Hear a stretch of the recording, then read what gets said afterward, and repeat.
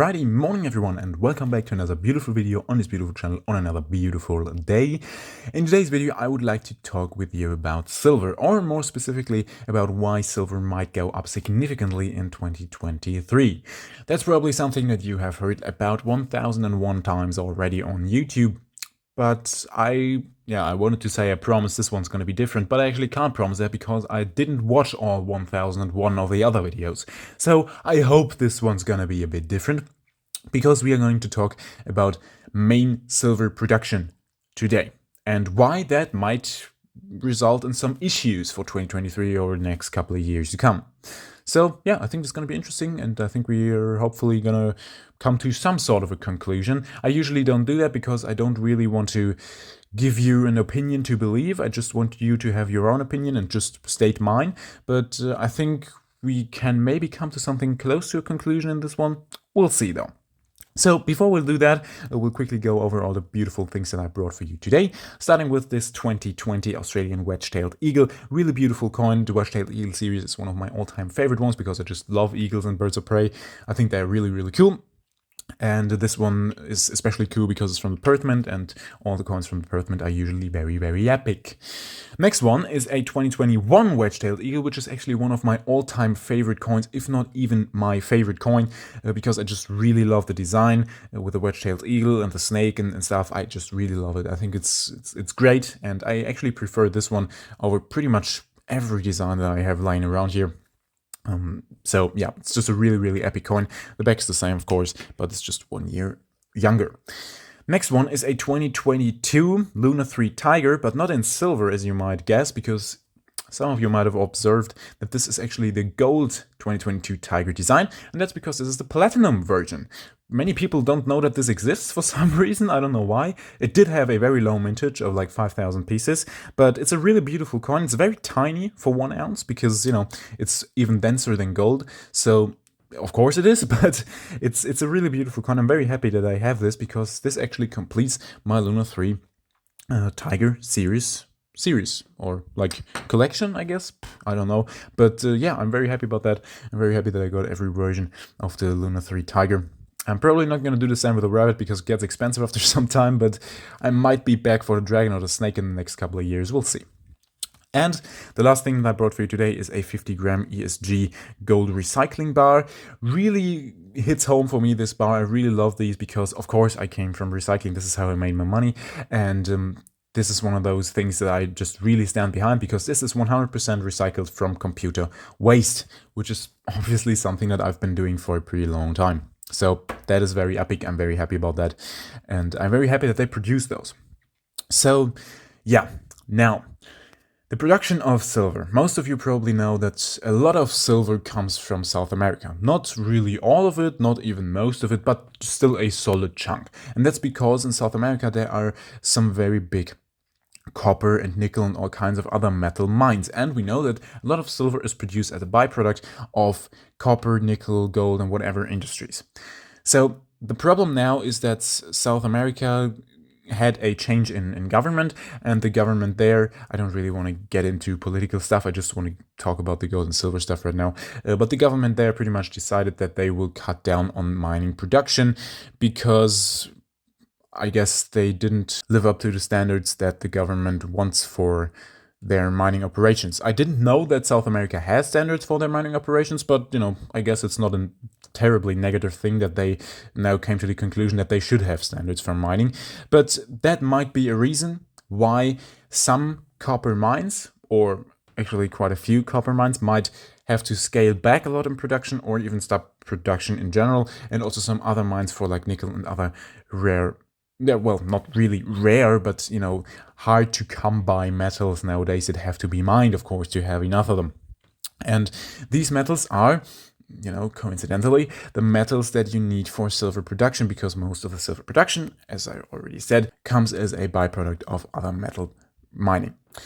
So, doesn't sound great, does it? So, at least not for silver using industries, for industries that have demand for silver right now, because obviously if less copper and nickel come onto the market from mining operations, there's certainly going to be less gold and also silver and stuff like that coming onto the market. That is problematic because we did not have a massive overproduction of silver last year, and it is not expected that we will have that this year, so there won't be any reserves built up to sustain something like that. Yet we don't really know yet if it's going to be a bad problem or whatever, but it could be, and that's pretty much what we're talking about today, just the possibility that something might happen.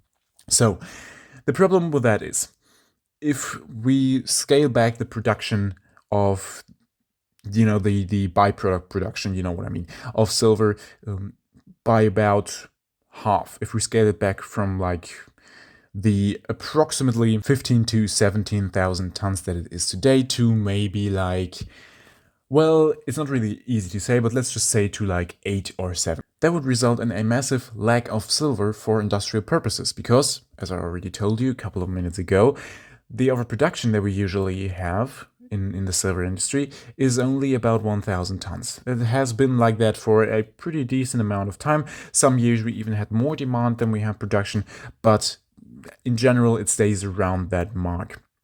Now, if we all of a sudden are missing like 7,000 to 8,000 tons of silver from the like 31,000 tons that we produced last year, and it will probably produce this year, then what our industry is going to use to produce the stuff that they want to produce. And of course we need that because we're already not in a great economic position right now all over the world. There's no country is different, but well, some countries are different, but everyone's kind of equally effed up.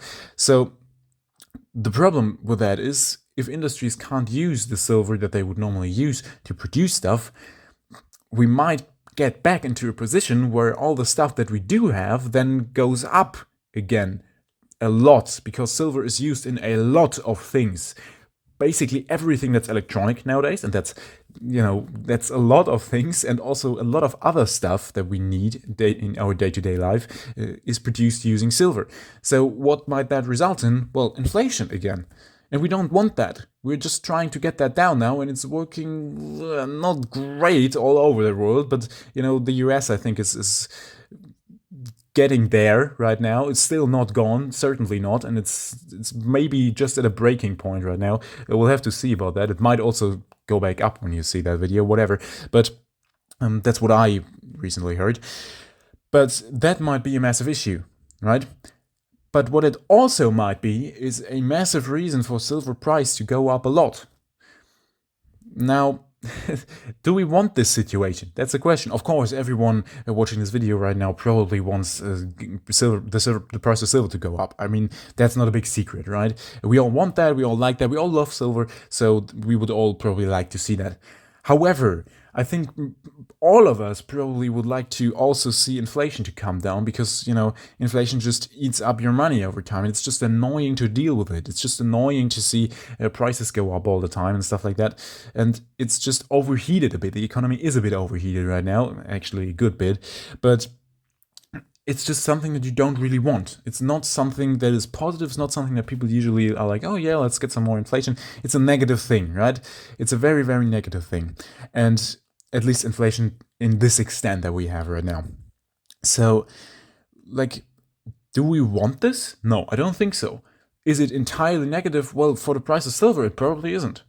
So, in my opinion, it's interesting. It's just an interesting thing that we have to just keep in mind.